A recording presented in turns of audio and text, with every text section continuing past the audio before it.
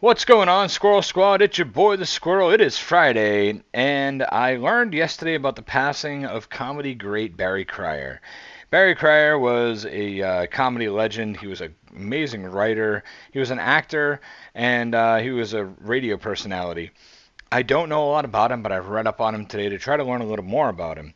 Now, I understand that he wrote for Bob Hope, Dave Allen, Morecambe and Wise, the Two Ronnies, Jasper Carrot, Tommy Cooper, Les Dawson, all kinds of people. This guy must have been incredible.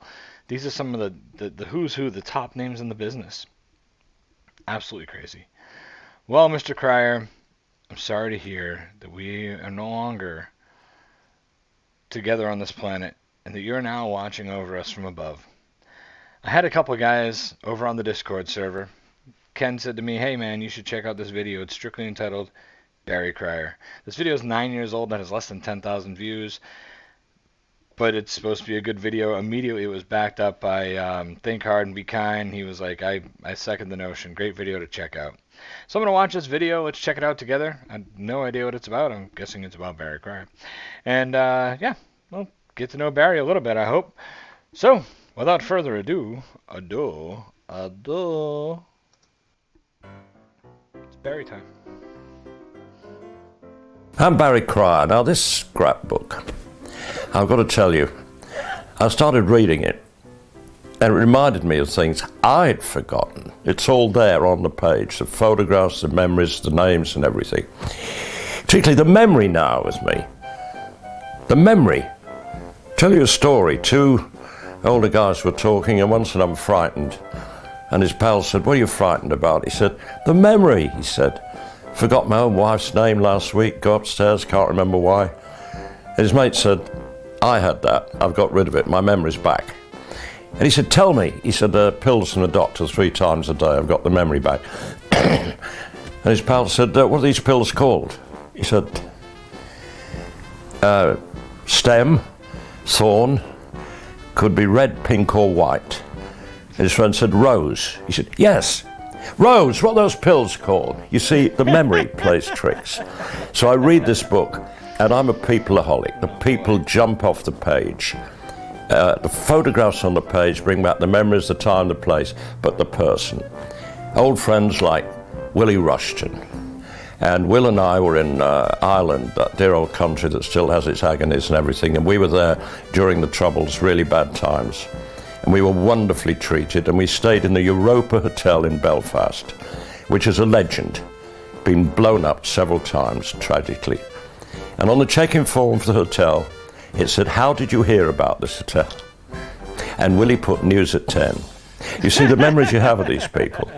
The great Humphrey Lyttelton, who used to be the chairman of a radio program I've been doing since before sound. I'm sorry I haven't a clue.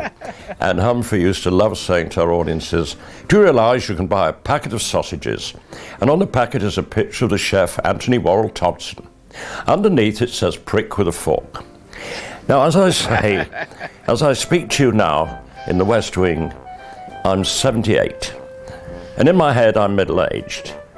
And then I stop and think, how many 156-year-old men do you know? I don't know how long I've got left. I don't even buy green bananas. Food has replaced sex in my life. In fact, I've installed a mirror over the kitchen table. But at my age, I don't do drugs. I can get the same effect standing up quickly. Kate Moss met Jeremy Clarkson. She didn't know who he was. He said, I do Top Gear. The conversation went on from there. But jokes, stories, jokes. My dear wife and I have just celebrated golden wedding, and the story was the couple who went to a tennis club to celebrate their golden wedding, and after a few drinks the wife became rather frisky, and she said, darling, you remember we used to make love against the fence behind the pavilion? He said, yes. She said, just once more for old time's sake, darling. And they went behind the pavilion and a most beautiful, passionate scene ensued. And she said, darling, that was wonderful. He said, nobody told me that electrified the fence. Anyway, this brings back the memories. The memories, the memories. Jokes, jokes. Eric Sykes, another old friend, told me this story, reckon it's 100 years old, and I'd like to pass it on to you now. A man was walking his dog, talking to another man, and the dog started pulling over to the right. And he said, may we go over to that wall? He wants a pee. And the other man said, of course we can. They went over to the wall and the dog went against the wall. And the other man was fascinated and said, how long has he been doing that? And the man said, ever since the wall fell on him, which I pass on to you. But as I speak, drawing to a close, there's been a plethora of parrot jokes in our business. We don't know why. Like buses, nothing, and then three come along at once. This is my favourite parrot joke currently. A woman went into a pet shop to buy a parrot, and she saw this beautiful blue and gold job. And she said to the man, he's gorgeous, how much? He said, 20 quid. She said, 20 pounds? He's beautiful. He said, well, I've got to be honest with you. He's got a bit of form, a bit of history. He was in a brothel, and to put it frankly, he's got quite an extensive vocabulary. She said, I'll take a chance on that 20 pounds, and she took the parrot back to her flat. Took the cover off the cage, and the parrot looked round the flat and said, new place, very nice. And her two daughters walked in, and the parrot said, new place, new girls, very nice indeed. And her husband walked in, and the parrot said, hello, Keith. Anyway, I leave you with the scrapbook. I'm going to look at it again in a minute. The memories that jump off the page, as I say, it's all about people. I've had a long, very happy... No, I'm fine. A long, very happy life.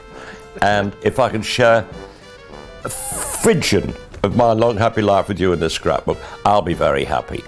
Dive in there. Oh, it was horrible. We tried to catch it. They didn't. Yeah. Anyhow,